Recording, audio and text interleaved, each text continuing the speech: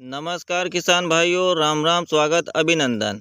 किसान भाइयों, जितनी जल्दी हो सके उतनी जल्दी सरसों की बुआई कर दो। अभी जो अक्टूबर का महीना चल रहा है, इस अक्टूबर के महीने में पहले सप्ताह से बुआई का सबसे बेस्ट समय माना गया है, क्योंकि सरसों की खेती में बहुत कम मेहनत लगती है और कम खर्चे में अच्छा उत्पादन देने वाली फसल है। अगर आप सरसों से अच्छा उत्पादन लेना चाहते हैं तो सबसे पहले अच्छी किस्मों का चयन करना पड़ेगा, जैसे एडवांटा 414, पाइनियर 4546, RS 725, क्रिस्टल की PA 5210 और श्रीराम कंपनी की 1666, पो एग्रो कंपनी की 5222।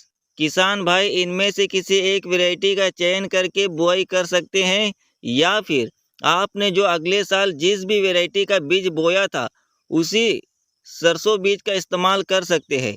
कोई दिक्कत आने वाली नहीं है। जो हम सेकंड बीज का इस्तेमाल करते हैं उसमें भी अच्छा उत्पादन मिलता है, लेकिन शर्त है जो हम घर का बीज ले रहे हैं उस बीज का बीज उपचार जरूर करें।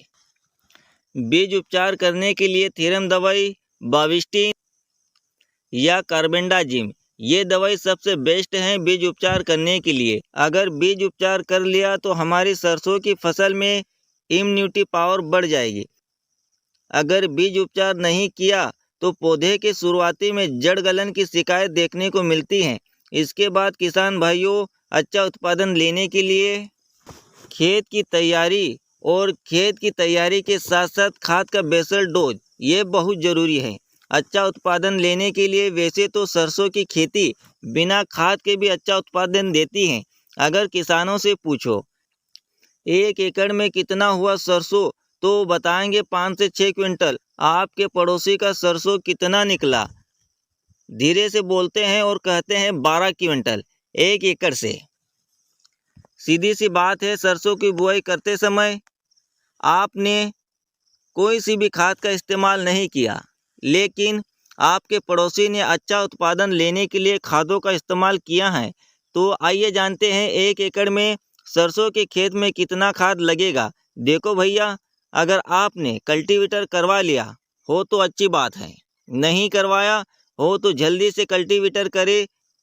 इसके बाद रोटावेटर घुमाए, फिर इसके बाद 1 एकड़ के लिए 3 बैग सिंगल सुपर फास्फेट और 1 बैग यूरिया का ले।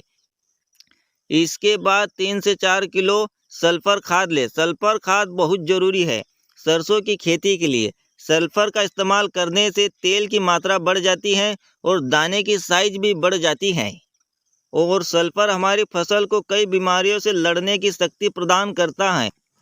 और हाँ दोस्तों, इस बेसल डोज में DAP का इस्तेमाल ना ही करे तो अच्छा है। ये वीडियो में आगे बताऊंगा DAP का इस्तेमाल कब करना चाहिए।